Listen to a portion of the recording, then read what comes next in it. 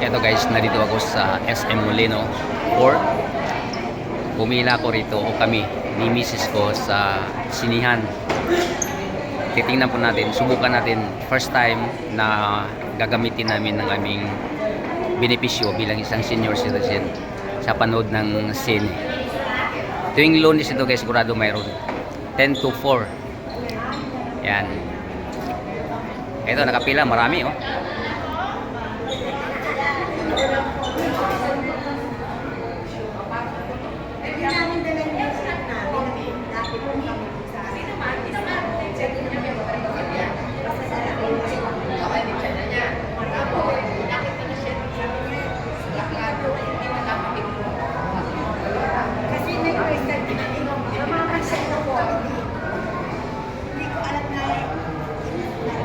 And guys, puros mga senior citizen na yan nandyan.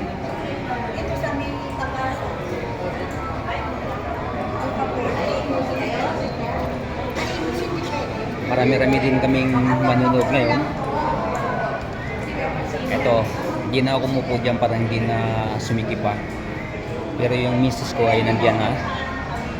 Nakaupo na dyan, nakapila na rin. Nagpangabot na kami dun sa dulo mamaya kung nandoon na siya. Kailangan lang dito guys, ang booklet. Yung akin hindi pa booklet, nakiusap lang ako at may ginalang na pagbigyan pa tayo. Next week, kung gustuhin ko mang manood, kailangan papalitan ko muna yung papel ko ng booklet. Yun ang kailangan dito. At saka siyempre yung ID ng senior citizen.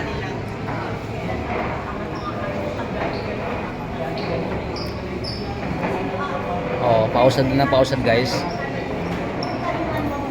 Medyo malayo-layo pa tayo. Hindi pa nangalahati. Wala pa sa kalahating antay na sa pilahan yung si misis ko.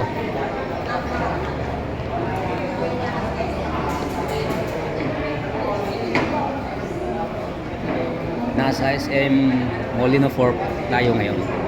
Dito kami nanood. Dati kasi guys ay hindi pwedeng manood dito sa amin sa SM Molino 4. Tinuturo doon sa SM Bacoor sa proper. Malayo po sa amin yan. Masalamat ako at nung pagpasok ng 2024 ata ay inuokihan na po na kami manood dito. Yung taga rito sa Molino 4 sa SM Molino. Yun, dati kasi kung gustuhin mo ay dadayo ka pa ron sa SM Bacoor, sa mismong proper ng Bacoor. Kaya hassle guys noon, pero ngayon pasalamat tayo. May bagong sinasabi ang ating mayor dito sa Bacoor City na pwede na tayo sa dito sa Molino, SM Molino kung taga rito ka. Hindi mo na kailangan pang lumayo pa.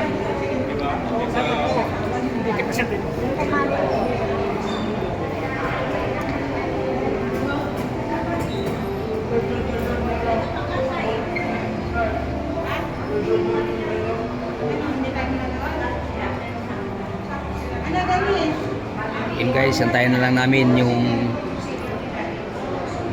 tamang oras. Nakapila pa tayo. Kung nakakawa natin ng ticket, di pa natin alam kung agad-agad ba tayo makapanood o makakapasok. Baka may oras pa tayong antayin. Ang importante na nandito na tayo. Maraming salamat sa pagsama nyo sa akin dito sa SM Molino 4, dito sa pilahan ng mga senior citizen na manood ng sine sa araw na to. At tuwing Lunes na itong mangyari, kung may ibang araw man ay hindi ko pa natanong. Kung Lunes naman, alas 10 hanggang alas 4 ng hapon lamang. Bye bye! God bless us all!